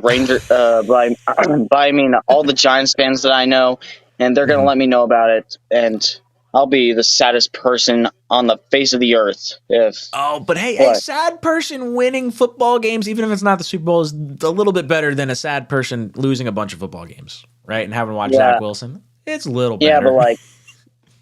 Yeah, I guess. This but is a move it's you pretty have much to the win a same Super level. Bowl with. I mean, it definitely is. Like the expectations are absolutely sky high for the Jets this year. You're hoping they win a Super Bowl in one of these next 2 years. I mean, who knows? Maybe it stretches out a little bit further, and Rodgers plays longer than that. But even if it winds up being 2 years of successful football with Rodgers without a ring, but then Zach becomes the franchise quarterback, trade is 100% worth it at that point, because at some level. Like I don't need to win a Super Bowl with Rodgers if Zach becomes the franchise quarterback. But I have very low expectations for Zach right now, so I'm kind of hanging my hat on hoping for a Super Bowl. Now, what do you think happens with the draft? I don't know really, because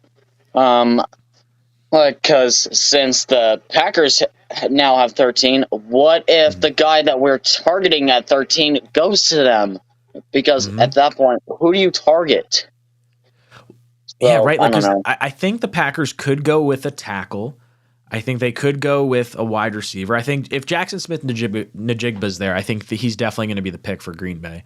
I think the tight end from Utah could go there. I think the tight end from Notre Dame could go there. I think they're going to get a weapon for Jordan Love in some capacity. And if they don't feel comfortable, then maybe they go with a lineman. But weapon seems to be the choice there, which is the Jets. I don't think we're going to go with a weapon in the first round. Yes, but as I hate listening to all these cornballs like all over the internet saying that the Jets got fleeced, but I call that bullcrap, because we are probably going to win like 12 plus games next year. Like that first round pick is probably going to be in the low 20s. So at that point, picks don't even matter. You're in the playoffs. Picks don't matter. Yeah, dude. Hey, look, as long as Rodgers stays healthy, I have no problem at all with giving up a first round pick. My issue is like if the season goes south, you didn't guarantee it based on our team's success. You guaranteed it just on him being on the field. So, like, if something goes sideways, someone gets hurt, and now all of a sudden the season's not what you kind of expected it to be. I mean, heck, I agree. I'm sure the Broncos were not planning on having, like, a top 10 pick when they traded for Russell Wilson, and they're like, oh, man. The Seahawks were not planning on having a top 10 pick when they traded for Jamal Adams. So, like, there is some level of concern there for me based on, percentage of snaps as opposed to, like, actual success. But Christian, thank you so much for the call. You get the chicken. Been ejected. All right, we got Jay joining the show. Jay, how you doing tonight, brother? Hello? Hey, what's up, dude? How you doing tonight? I can't. Okay. Yeah. Okay, I can hear you now. So man, I'm fine with the compensation. You're a little. I'm sorry, I missed that part. At the end of the day, man, we always complain about we want Aaron Rodgers, we want these star players.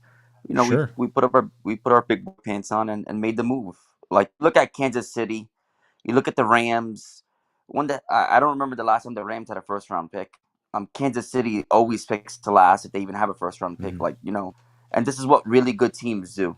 And it's about time that we made the move. I'm pretty content with what we received, and if it Mhm. works out and he does well, that Mhm. first round pick is last. Who cares?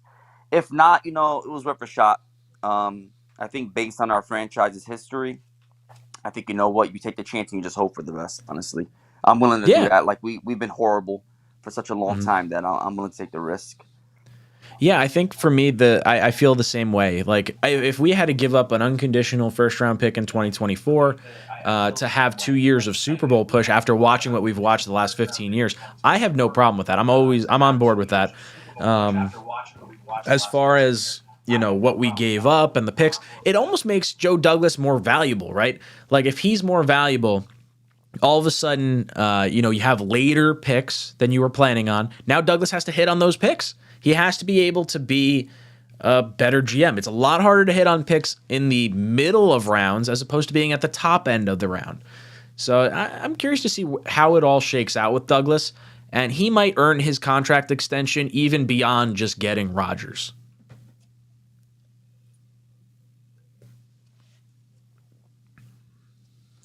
Yeah, I agree. And I'm actually happy for a wide receiver group.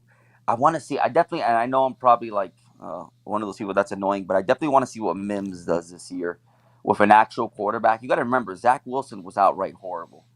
Mm-hmm. He just pure ass. Um, I also think that when the time comes when Rodgers is gone, I don't think they stick with Zach Wilson. Because we're still gonna have a great team, and they're just gonna pivot somewhere else. He sucks. I'm not impressed, and I'm ready to move on. And it happens. This is Mm-hmm. no. It doesn't matter whether you draft somebody first, second, or fifth. That's just the reality of the NFL. You don't really know who you're drafting and what you're getting, and that's it. Mm-hmm. You move the fuck on. Um, Yeah, that's a really Unfortunately, it good happens point to the too with the Jets whole more off. often than not, but it is what it is. Mhm. But I'm a Yeah, big with the whole fan, Zach man, and I wish you all the success in the world. dude, Jay, thank you so much. You have been ejected from the cockpit. Now, while he's listening, I do want to, and then William, I'll get to you in just a second. I do think that with where are we going with this? We were talking about the receiver groups. Denzel Mims, very excited for him because I was hyped on Denzel Mims. I thought he was a first round talent, and I was banging the table for Mims when we had our initial pick. Then we traded down. I was like, we got to get Mims with our trade down. Like, come on, we got to see it. And then to see everything happen with the next 2 years with Zach after the Adam Gase thing, that sucked. I was really hoping for a lot more of Mims than what we got. Now, as far as Zach, and can he be the guy? I think it depends on how you want to structure Rodgers and how Zach performs this year. Because you have 2 drafts and a season to decide if you want to exercise Zach's 5th-year option. Now, with a quarterback, I do feel like you probably want to make that decision before like the final what is that, the 11th hour or whatever. I don't know if you want to wait till after the draft next year to make that decision.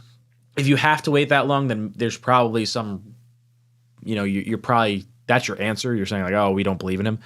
Just like the Dolphins exercised the option for Tua, right? With Zach, you're looking at a $20 million 5th-year option with quarterbacks in 2025 that are probably going to be getting paid like $60 million a year. So you're talking about a third of the price for like almost a Hail Mary attempt at quarterback. You don't know what Zach's honestly going to be at that point. Now you're going to be able to gauge him a little bit behind the scenes. And I think if you see an extension from Rodgers or something along those lines, then I think, yeah, Zach's totally out.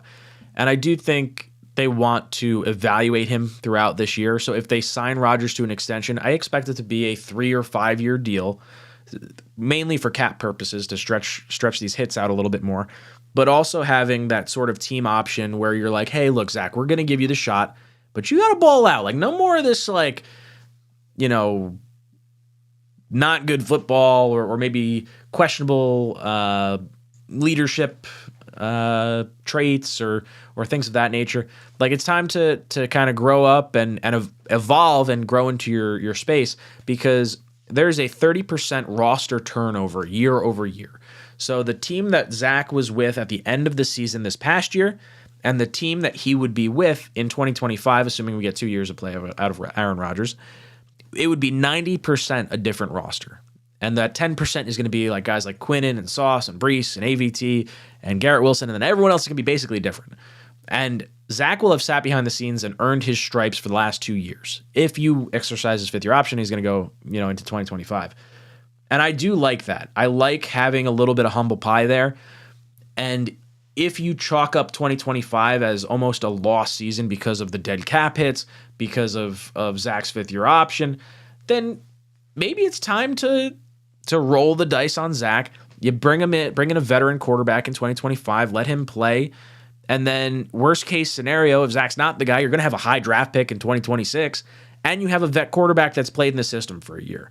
So then you draft your quarterback in 2026. That's kind of where I feel. Now, obviously, if Zach looks like shit throughout the training camp and throughout the season, they're not going to exercise the fifth-year option, and they'll draft someone next year or the year after or something along those lines, depending on what Rodgers' contract looks like.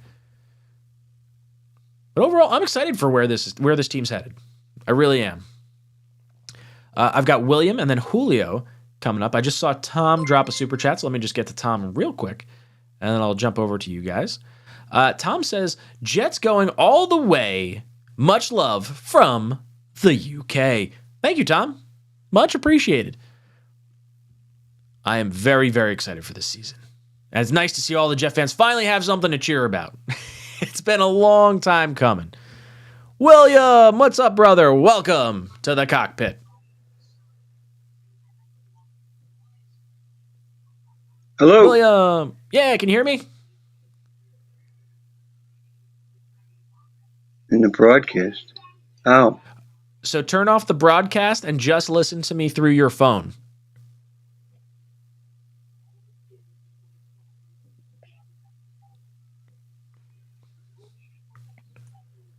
Hello? William. Turn off the broadcast. Listen to me through your phone, through your video chat. William going once. William going twice. Boom. Sorry, William. Try to figure it out. When you click on the link, read the. I got 3 little rules on my thing that you click on in the live chat. It'll tell you. Basically, you got to turn off your volume to your TV or whatever you're watching me on computer, and then just talk through the phone, because then we'll be able to have like a conversation. There's a little bit of a lag between what I say here and where it pops up on the other side. So I got Julio. I got 2 Julios, so I don't know if Julio... I don't know which one's the right one. Let's see if this one... Julio, can you hear me at all? Is this you? Maybe I got to open the other one. All right. Cancel out of that one. Let's try this one. Julio, what's up, brother? Welcome to the cockpit. What's up, buddy? What's up, buddy? We finally got him. It's about damn time, right? Yeah, it's about damn time. But how are you feeling about the trade? And then where do you think the Jets go as far as draft picks go? Oh, I love the trade. Joe Douglas is a genius because he can always get back on the first round. So, right? By the way, he can wheel and deal. He really can. I think yeah. And let me tell you, we're gonna get I believe we're gonna get Darnell White right on the first round. Ooh, on 15. Yeah, the kid from Tennessee. Yes, I feel it that we're gonna get him. Mm-hmm. And if I'm correct, I feel in the second round we're gonna get that boy. What's his name again? Oh, my bad. I got it all written down. Ooh, what Drew position are you Sanders. thinking? Remember that name? Ooh, the linebacker? Huh? The linebacker? Yeah. Ooh, yes. I like that. I am a big fan of linebacker. I just don't know if... I think for the second round, it depends how they feel about Sherwood. If they like Sherwood, then I think linebacker is a little bit more delayed. If they don't feel confident, I also think there's a possibility that like either one of Whitehead or Clark comes down into that Quan Alexander type role, and then you draft a safety. Like, I like safety in the second round. I like defensive tackle in the second But round. you know what? I like that too. Mm-hmm. And if they don't get him, I feel, you know that safety from Penn State, Brown, Jair Brown. Yeah. Don't sleep on that one. Ooh, interesting. So I'm kind of hoping. Don't- I like the size profile of, like, I think it's Antonio Johnson is like 6'2" or 3, like a bigger bodied safety.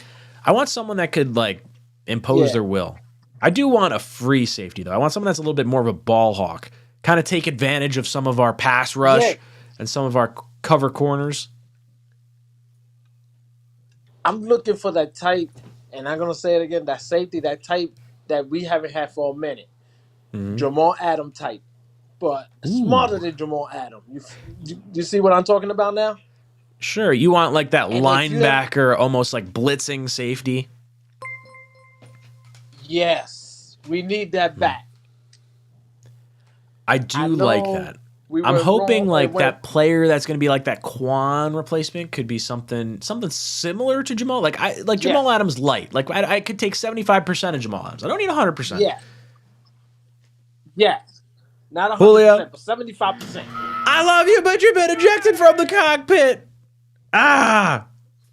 3 minutes. I love it, dude. Thank you so much for the call.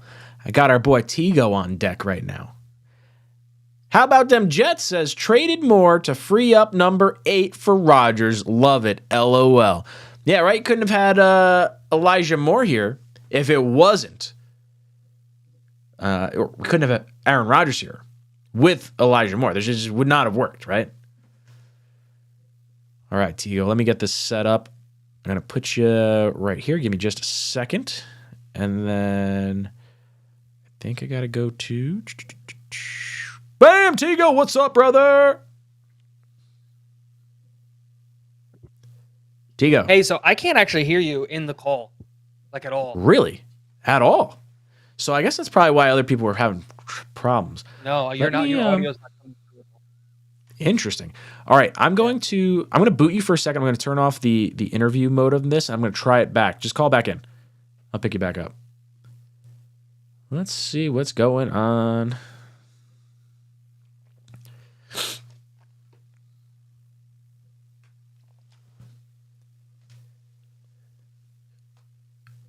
What's up, Green Bean? He said, what the hell is going on out there? Green Bean, I'll be on your channel in just a half hour's time or so. Tigo, can you hear me now? I can hear you now. Oh, great. Okay. Well, that makes me feel good that, like, it was probably something specific with how I'm using this particular platform. How are you feeling about this trade? I know you were you didn't like my take on it earlier.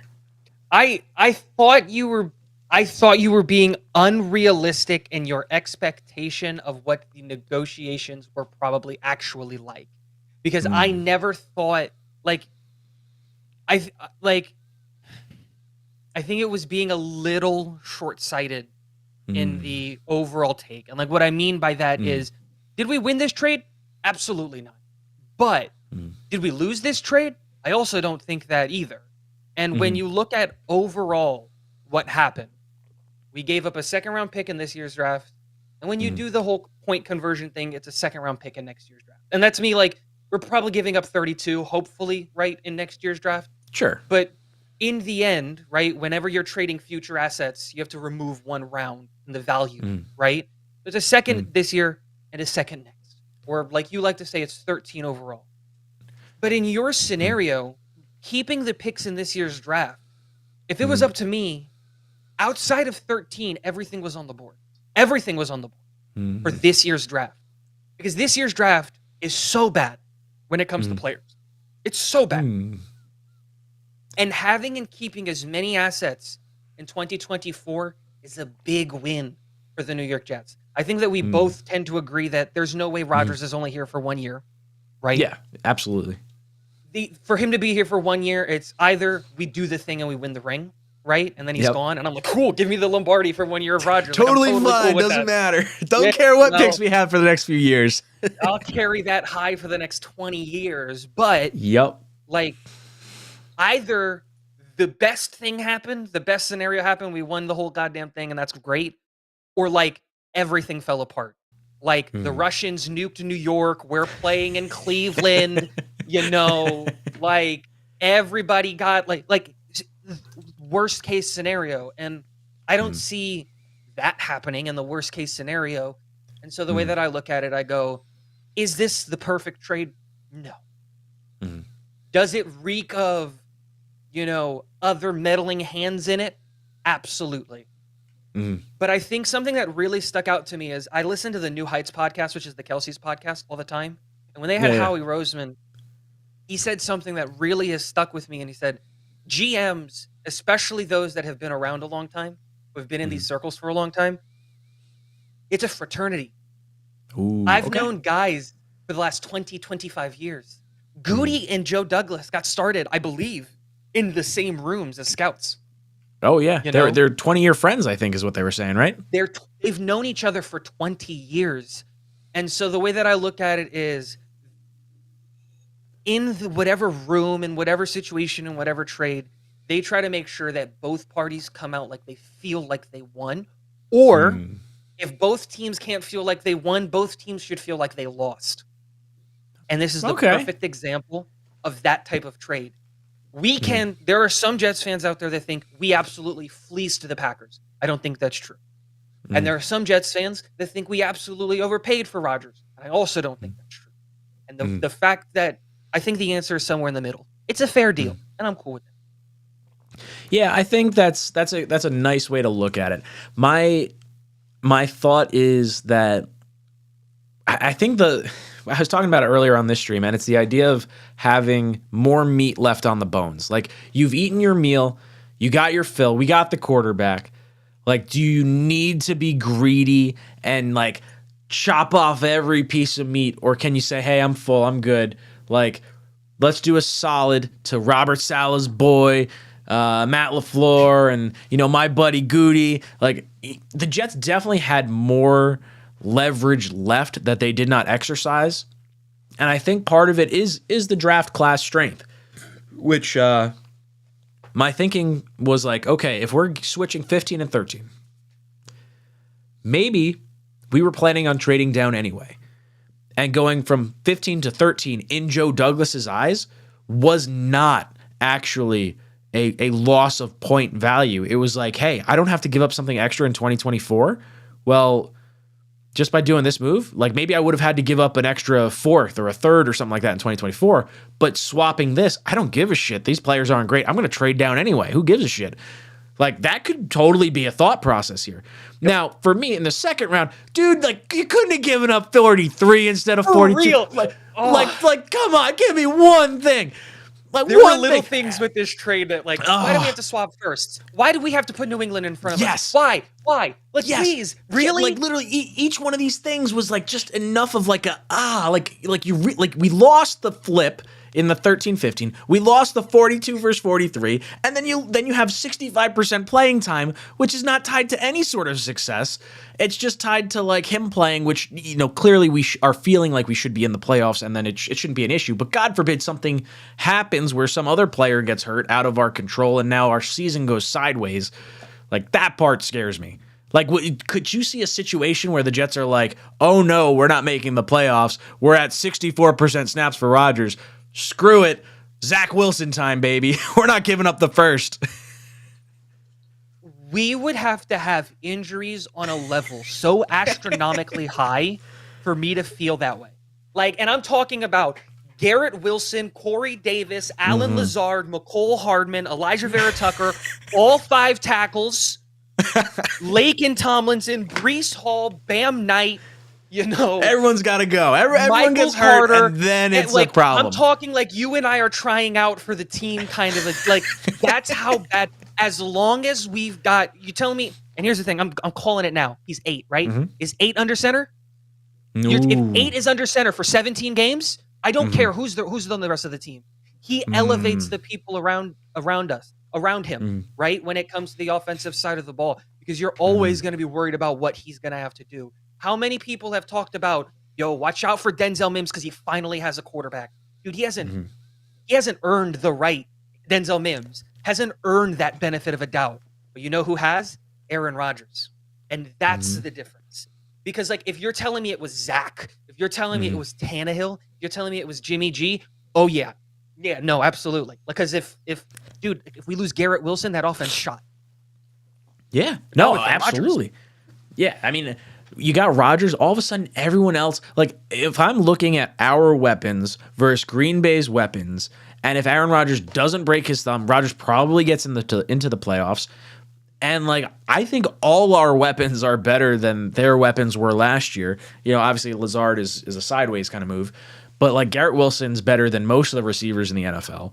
You got Mecole Hardman, who's definitely better than Braxton Berrios. And then you have Lazard, who's going to be, you know, would you say a better version of Corey Davis? Or at least, like, Corey Davis adjacent, maybe, almost, kind of? I would say, okay, like, as a wide receiver, Corey Davis is probably better. But the difference is I'm going to get 17 games out of Allen Lazard. Oh, that's right. Yeah, it's the health. 17 games out of Allen Lazard. Dude, the best ability is availability. That's it. And that's the biggest thing. And I think another part of this trade, and I'm bringing back the trade up, is we didn't give up a player. And I think that's huge. I think that's huge. Because how many times did we hear the conversation? Corey Davis was going to be a part of the deal. Jeremy Ruckert was going to be a part of the deal. Hell, some crazy Packers fans were asking for Sauce and Quinnen and Garrett and 6 first. But, like, not having to give up, like, Corey Davis. Corey Davis might not be on this team week 1, but Corey Davis has trade value. Somebody's going to trade for Corey Davis on a cost-controlled contract who's willing and in the willing blocker in the run game. And here's the best part of it all. Even though it might not be totally deserving, he has that former first-round pick tag on him that he'll have for the rest of his career. And so teams were calling on him on the deadline last year, telling him he can't get like a 3rd or a 4th for a Corey Davis on a cost-controlled contract. Like, again, did we win this deal? No. There's a lot of little things that I'm afraid that suck. 43 instead of 42, 13 for 15. Like, those are but hey, we moved up from 6 and we got rid of a 6 to move up into the 5th. That's 30 spots. And in a draft that's not that great, that's a whole round, right? Like 30 spots, and that's when you start getting to compensatory picks. I'm much more likely to believe a 5th round can play. Look at the 5th rounders we got last year, you know. I'm much more willing to believe in that. So again, and then I think the biggest kicker, and I think that you said it, is what happens with the contract. What's the contract? Yes, that's the big part of this, right? Like, if there's some way, like we heard Rodgers say he would rework his contract. Is he reworking it in such a way that he's giving back guaranteed money, or is it in such a way that the Packers are saying, okay, hey, we are now going to eat $20 million of the $60 million bonus? Like, that's the part that's valuable. For the Jets to make the move prior to the draft, it has to provide value for the Jets to do it. Like, that's my whole thing. Like, I understand the negotiations and the fraternity and everything. That's probably a bigger part of it than I probably calculated into my evaluation. But you still have to be able to say, okay, look, if we're going to do this trade and we're not going to use all our picks to surround Aaron Rodgers with talent, you got to give us something back. And right now, it doesn't feel like we got that. Yeah, again, we'll have to see what the contract situation is. And there's nothing stopping both of those scenarios happening. What happens if the Packers eat 20 might be a bit much. But what happens if they eat 10? What happens if they eat 15? You know, that's also a massive help. And I did see from some like different areas, like from like Packers beats and all that stuff, that apparently Aaron Rodgers is willing to do the renegotiation of Aaron Rodgers' contract specifically with the New York Jets is apparently one that's going to surprise people, is what I heard and was what I was told. Is that $1 million a year for the next 3? Let's go. Like dude, like total curveball. Like technically speaking, I don't know if you've seen his contract. That is what his contract technically is with the Jets. It technically is, because it's all signing bonuses. So it's $1 million, $1 million, and then like $15 million allocation, $15 million allocation. It's pretty funny. It's hilarious when you look at like the way that his contract is actually spelled out. But from what I've been able to put together, it is a very interesting contract because, like, theoretically, we don't have a lot of space to work with, but because this is essentially a brand new contract because of the trade, we can work with the numbers and we can change some of the stuff around it, and move some guaranteed monies around and do different things to really help the team, not just in the short term, but in the long term. So again, walking people off of that cliff just a little bit. We didn't win, we didn't lose, but keeping assets in 2024, I think, is a big deal because 2024, if everything goes according to plan, we're looking at 2 elite NFL franchise quarterbacks. And I'm talking like in Drake May and Caleb Williams, we're looking at like elite level prospects.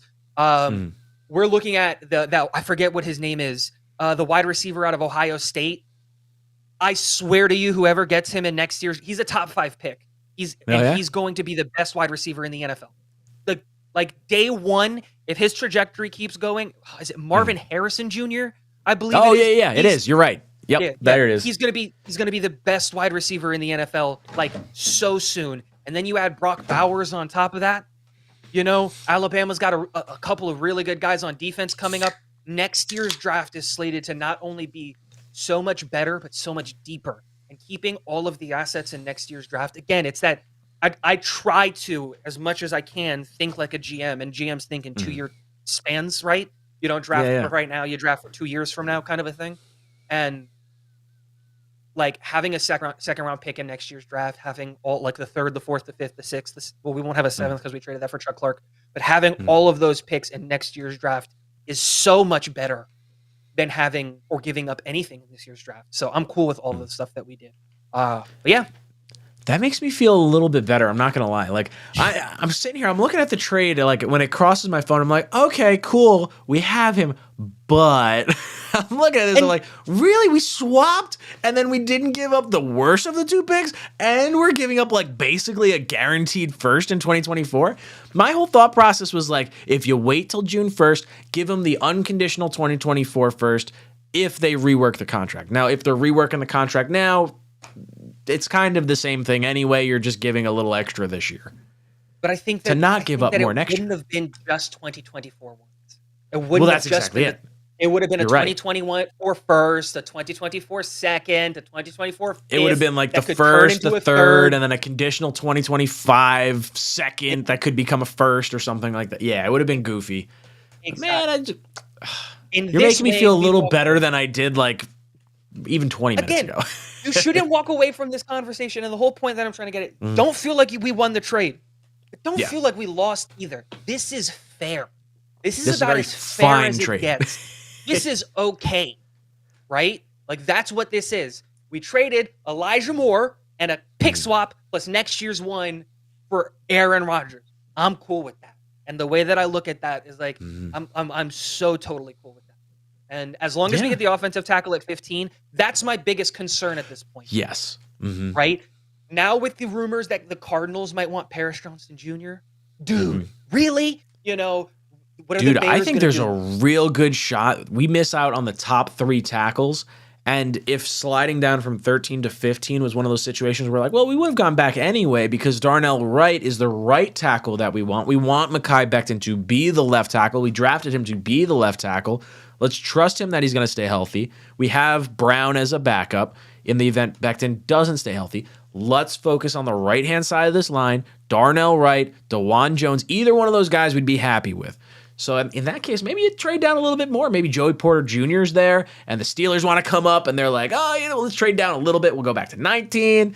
I'm all about adding some more picks. I am at a point where whatever's at 15, you take it. Don't move out of 15. There's a real shot that like 5 tackles could be gone by 15. That's a real thing. It's right. The Patriots could absolutely take one. Yep. Like I threw this idea out there after seeing it somewhere else. I was like, yo, could Seattle really skip out on Peter Skoronski? I think so. I don't think Seattle's going to take an offensive lineman. I think the ones you got to worry about, you got to worry about the Bears, you got to worry about the Titans, you got to worry about the Texans, you got to worry about the Patriots. Those are, you don't think the Texans? The Texans maybe not. Before they traded for Shaq Mason, I was all in on the Texans taking a tackle at 12. The tackles they traded for Shaq, they're a bigger concern. Well, not anymore because of McGovern. They were a bigger concern about the center at 34. Okay. That would have been a bigger concern. But like Yeah. the way that I look at it is like, think about it in like terms of like, let's just get swifty with the draft. Let's get crazy here, right? The fall off from tackles from 5 to the guy who's at 6, 7, 8, your DeJuan Jones, your Burt, that's huge. So if you're Seattle, After DeJuan Jones, guard, it's a big drop. right? Like if you're Seattle and you need a guard, and Peter Skoronski is slated and being given comps to guys like Elijah Vera Tucker, Zach Martin, if he plays at guard, ooh, that's tempting. I don't think they do it because I don't know if you pass up on a guy like Tyree Wilson, but that's tempting. What about Chicago? What about Philly? Philly with Peter Skoronski is something that I keep seeing. Playing him at right guard, or even Paris Johnson playing him at right guard because Lane Johnson's a million years old. Like, there are so many teams ahead of the Jets that could get really weird with the offensive line. I don't think Philly's really one of weird. them. I don't think Philly's going O-line. I think Philly's probably I'm not going saying that they corner. will. They could get top corner. I think Oh, yeah. think that's where they go. But like, is it out of the realm of the possibility that they say we had the best offensive line in football last year? We lost Sure. one of the best guards. Let's replace him with another really, really good guard. Like, that's my point is things can get really swifty. So I'm super scared of trading out of 15. You stick at 15, 43 is for sale. Yeah, I think you wait at 15 and you see who's there. If for some reason only 2 tackles went, I'm cool moving back a little bit more because as long as I get one of those top guys, like as much as I like Broderick Jones, I do project him more as a left tackle as opposed to the right side. And if the Jets are deeming right tackle to be the priority over left tackle, then yeah, look for Darnell Wright, look for DeJuan Jones. And then in the second round, is there a position that you're kind of eyeing? Because for me, center is no longer a second round need. I'm looking 4th round. Ricky Stromberg is who I called back in January. I'm hoping that's the guy. I didn't want to risk it, when we didn't have a center under contract. Now that we got McGovern, feeling a lot better. What position do you think is second round target worthy? If you look at who the New York Jets have met with, like at combines and private workouts and stuff like that, and guys that can be in the second round, I'm starting to think that they're really going to target edge or linebacker. Now, I know a lot of people are going to be like, edge over interior defensive lineman. Yeah, edge over interior defensive lineman. This year's class is like 19 deep, 19 guys where I look at like tier 1, tier 2 guys, where you're looking at these guys are home run hitters. These top 5 guys they're the home run hits, right? Like you get these guys, and if you can get them, they've got super high ceiling. And then there's like 9 guys behind that. I meant to say 14. I don't know why I said 19. But then there's like 9 guys behind them that are like, dude, these guys are balls of clay. You get them with the right defensive coordinator, they've got astronomical ceilings. And those are the guys that are all going to be available in the second round. And beyond this year, like JFM's contract can be a casualty next year. Carl Lawson is going to be Lawson's gone next year out. until we re-sign him. Huff Bryce is only Huff on the a 1-year deal. He's going to play himself out of being able to sign with the New York Jets. I think that 100%. So, like, the players that I'm really looking at, and here's the great part, because you can trade back at 43, and that's the brilliant part of it, is you can trade out of 43, and you can say, you know what? In the 50s, Dion Henley is a guy that we've met with, and is a linebacker out of Washington State that the New York Jets seem to be really, really high on. Tuli Tuipulotu is one of those middling guys, can play outside, can play inside. Think JFM kind of players out of USC. We met with him, and there are a couple of those types of players that like the New York Jets have like side-eyed at like combines and pro states, and you could tell like they went. John Michael under Schmitz the was all guise. smokescreen. Yeah, well, he's the only guy that we visited 3 times. We had him on a private workout, we had him with a private meeting, and we met with him at the Senior Bowl. Like again, Senior Bowl and Combine. Yeah. Yep. Yeah. It was Senior Bowl, Combine, and a top 30 visit. Like we did a ton of research, and it's good that we went and got McGovern because he wasn't going to make it to 43. But it's one of those things where I'm really thinking that the move is you trade out of 43 into the middle 50s, and you go and you get a guy like a Dion Henley. Because I think that like everyone's biggest concern, I think in my book, is like linebackers in coverage. There you go. There's a linebacker who can cover. So that would be if you go from 43, which is 470 points, to mid 50s, let's call it 55 with Detroit. That is a 120-point difference, which is about a late third, just before the compensatory pick thirds. Yep. I'm fine with getting a third-round pick to slide down. I like that. And then you put a tax on it. Again, a trade up should never be equal points. You got to pay a little bit something to come up. right? Sure. So like throw in a fifth, throw in a sixth. Yeah. Those are what worth 30 points, 50 points respectively. Yeah. Like you should pay a little something to come up. And so if you're looking at like the Chargers, I believe they're at 56. What if the Chargers want to come up to probably get one of those wide receivers because the run on wide receivers start? You know, we're not in a position to get a wide receiver in the second round. Really, we don't need it. And so, hey, trade back. Maybe all of the guys that are looking there. Maybe Jack Campbell starts to fall, and now it's dreamland for me, right? Because I love me some Jack Campbell. But still, Is that the Iowa linebacker? Yeah. Yeah, dude. When I'm looking at guys, I'm thinking Jack Campbell. I'm thinking, well, I was thinking center. Now I'm not thinking center anymore. I'm thinking, oh God, is it the Michigan guy, Ozzie Smith? Yeah, you got those two and Antonio Johnson.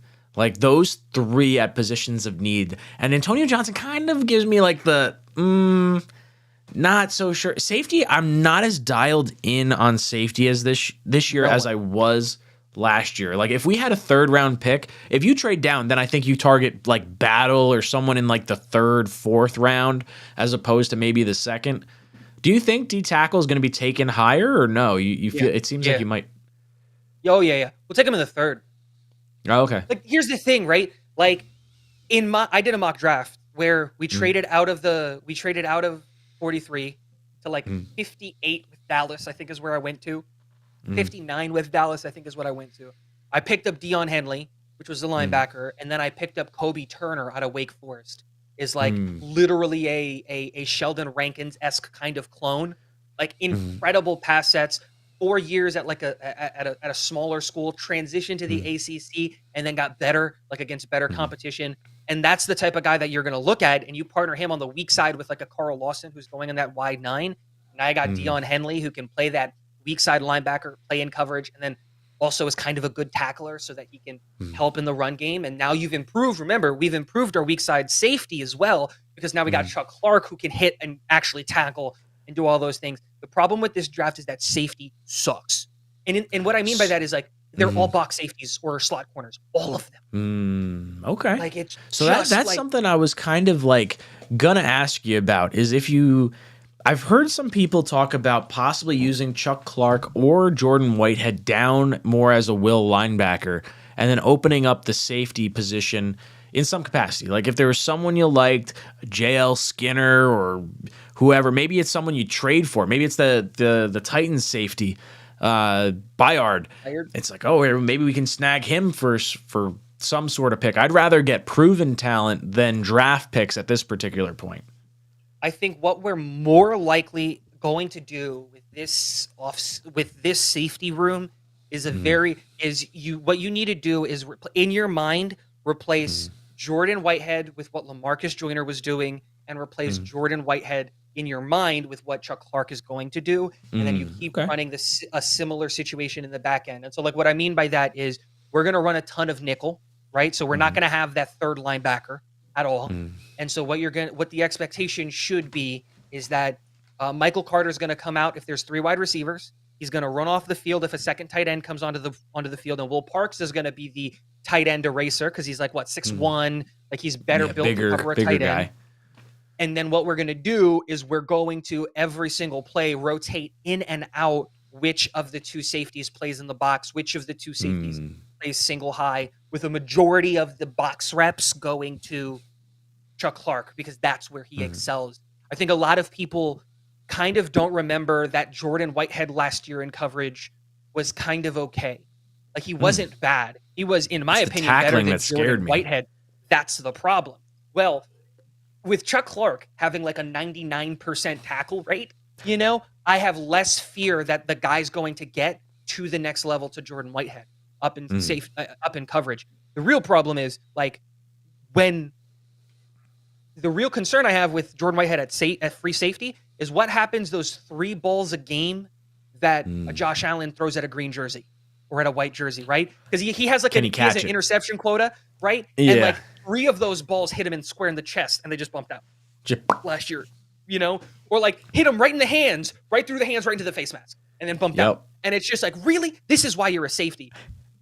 This is why you're not a receiver. Yeah, it's just like, Jesus Christ, man. And it's Come just on. like you get Oh, frustrated with Denzel those Mims things. isn't getting reps. You're our free safety, dude. Go back there. Go catch some stuff. He's not gonna catch him either. He's also a body catcher. It's No, a I want problem. Denzel. I want Mims to like act like of all our receivers. I'm most excited. I shouldn't say I'm most excited, but I'm very optimistic for Mims because I had high hopes for him initially. I'm hoping that the Zach Wilson experience and the Mike White and the Joe Flacco, all that's what played a factor in him not developing the way we wanted. I think having Hackett here completely changes the entire outlook of the offense. And I was saying that earlier, and I think you probably heard it with, last year we had the issue with, or not an issue, but we had the benefit of getting guys that were injured on defense back. Carl Lawson, Joyner, Vinny Curry, then adding Reed and Sauce and all these other guys. And now you see this huge push. Now on the offensive side of the ball, to some sort of an extent, you've got Mims, Laken Tomlinson, maybe Connor McGovern. You might be able to factor him into there. You got both tight ends. You got Michael Carter. Like, these guys could show out more than what we got from them in the past because the offense is just going to be better. You're also got to add to that list Mekhi, Dwayne Brown. Dwayne Brown was playing with no arms last year. Like, You're right. that same kind of jump. I did hear what you said. I actually wrote it down because I'm going to talk about it in a separate. Good man, right? It's a great topic. But that same kind of jump that we saw from the defense last year, we went from 32 to 5. Mm-hmm. Because we added the defensive rookie of the year. We brought Carl Lawson back. Quinnen Williams finally got some help and showed up as the second best defensive tackle in the NFL, like we all expected him to. Like, you finally got some help on defense. Hey, we're the number 5 defense. You finally got a quarterback and someone that people are willing to put it on the line for. Like, go out and die for, because that's what Rodgers brings. A quarterback that you're willing to step up. Those injuries that were nagging over the last few years where we were missing guys in different time, it's not going to happen. They're going to hide those injuries and they're going to try and grit through it because they want to win games with this team. Like, that's the benefit of getting someone like Aaron Rodgers. Sorry, Leaf Skull. But no, yeah, 100%. It's one of those My goddamn Rangers lost. Hey, damn it. Hey, it's okay. I was at game 2. I think they win this series. I hope so. Dude, they should have won. What, 2 nights ago? 3 nights ago? 2 nights ago. I was at game 2 at the Prudential Center, dude. I had never been to the Prudential Center. Wait, you're Texas? Is that where you're at? No, I'm Florida. Florida. So the Prudential Center where the Devils play is just so nice. Very easy to get to. Yep. I live in Jersey. So I was very happy to like be able to go there. Dude, 15 rows back. I'm sitting there watching the whole game. I was like, this is incredible. Oh my God. The Prudential Center is one of the so I used to live in Jersey right before we came to Florida, and I went to the Prudential Center like right when it opened. Right? Like, we were there and we were able to watch the Devils versus the Panthers, because my parents they're all Panthers fans, right? And that was such a cool moment. Like, that, it's so nice, it's so clean, It really is. it's polished. I like the That's Garden, best way to but say it. I was going to say the Prudential Center is polished because it's newer. The Garden, much older. I mean, there's nothing like the Garden. I would much rather see like an event in the Garden, but pleasantly surprised with my Prudential Center experience. A great football example is like SoFi's an experience. Mercedes-Benz in Atlanta. Have you ever been to Mercedes-Benz? It's insane. I've never been. It I went looks there for a so high nice. school football game. It is stupid nice, and it's an incredible facility. But I've never been. But I can only imagine it's the same thing of whenever you go to Green Bay, and you play in Green Bay, right? Like, dude, that's Green Bay. Like, it's prestigious. This is the namesake of our championship that we're all striving for. Was on right here on this field, and it's different, you know. Like, the best example I can say for that is I'm a huge soccer fan, like European stuff, so I follow all. And when me and my wife, on our first anniversary, I took her to Rome and I took her to Greece. And then when we were there, she surprised me with a game at the Olympic Stadium in Rome. Oh, and I've been to nicer stadiums, right? I've been to nice arenas. But when I walked in, and I remember watching those games and watching them back with my dad from '98, the '98 World Cup, and all of those things. And seeing that, I was like, I cried, man. Like, legitimately, I just cried. That's cool. I was just overwhelmed with all of And here's the craziest part was, so I went there, I watched an Italian great, Francisco Totti, 2 weeks later, he announced his retirement. So you got to see him before I got to see him, but like that's so cool. It was so cool, and it's just that's the same kind of thing, right? It's just like I live in Orlando, right in Florida. Yeah, we've got a soccer team here. We go to Orlando City games all the time, but you know what? Nothing matches going to. Yeah, that's just the history. No, they're super clean, super nice. Dude, the aura of certain stadiums or arenas, they're like MSG. That's one of them. You go to like these really nice stadiums. Like I would love to go to SoFi. I would love to go to, the $1 billion playpen down in Dallas. Like all these different stadiums. Like it'd be really. I should probably try to go to like one away game a year and just try to hit all 32 at some point. Yeah. It sounds cool. Sounds neat. Yeah. It gets a lot tougher when you start having kids. Dude, tell me about it. I'm still sitting here trying to figure out how I'm going to go to the home opener. We're going to have 2 under 2 at that point, right? Like my wife's pregnant. We're going to have the second baby, and he's going to be like fresh when it comes to he's a September due date. He's going to be ripe, and it's just like, can I really do this? Can I really go to the home opener? Because I missed last year because of Ben. Because I'm in Florida. It's a whole thing to go up. And sure. I'm just like, my wife is just like, look, I'll still be on maternity leave. My mom's going to be around to help. Your mom's going to be around to help. If you feel like you need to do this, especially after the Aaron Rodgers news, she's like, you go do it. Like, don't miss out on this. But what's your due date, if you don't mind me asking? September 10th. Wow. September 13th. You're hoping September 13th?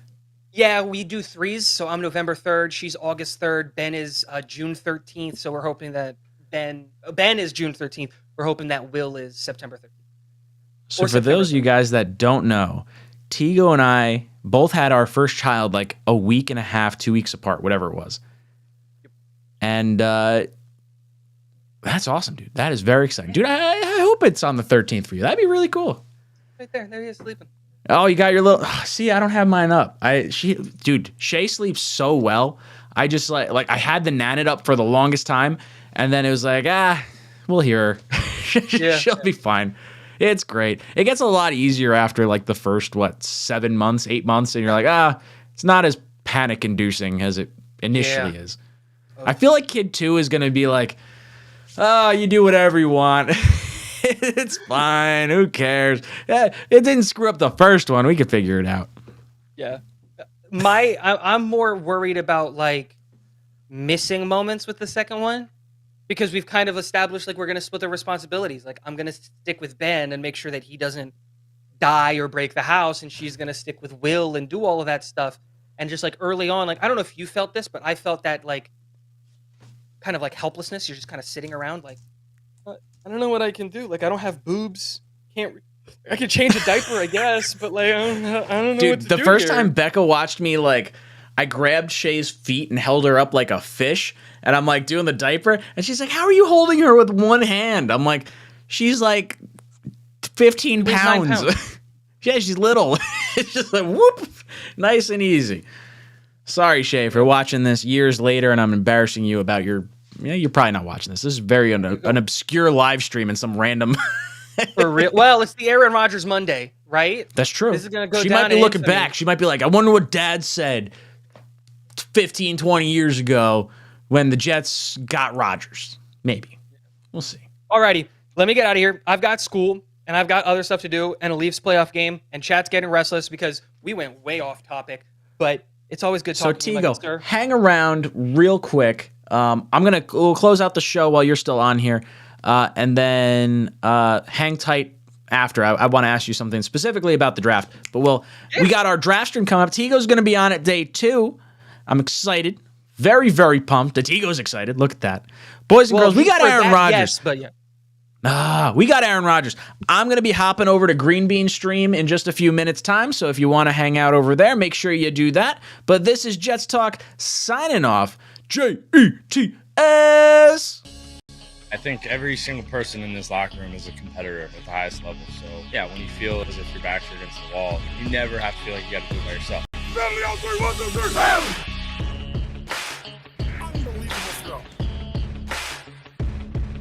Under pressure, sacked by Quentin Williams.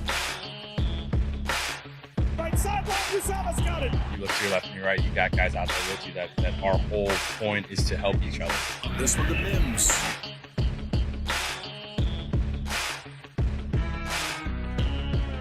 That's Corey Davis climbing the ladder.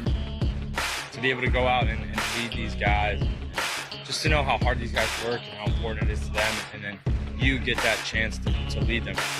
Everything that happened that needed to happen for us, it almost felt like kind of like a sign, like get like a second chance almost. Gets extra pushes, running left. Maybe a little extra life to breathe in the locker room. Touchdown Jets.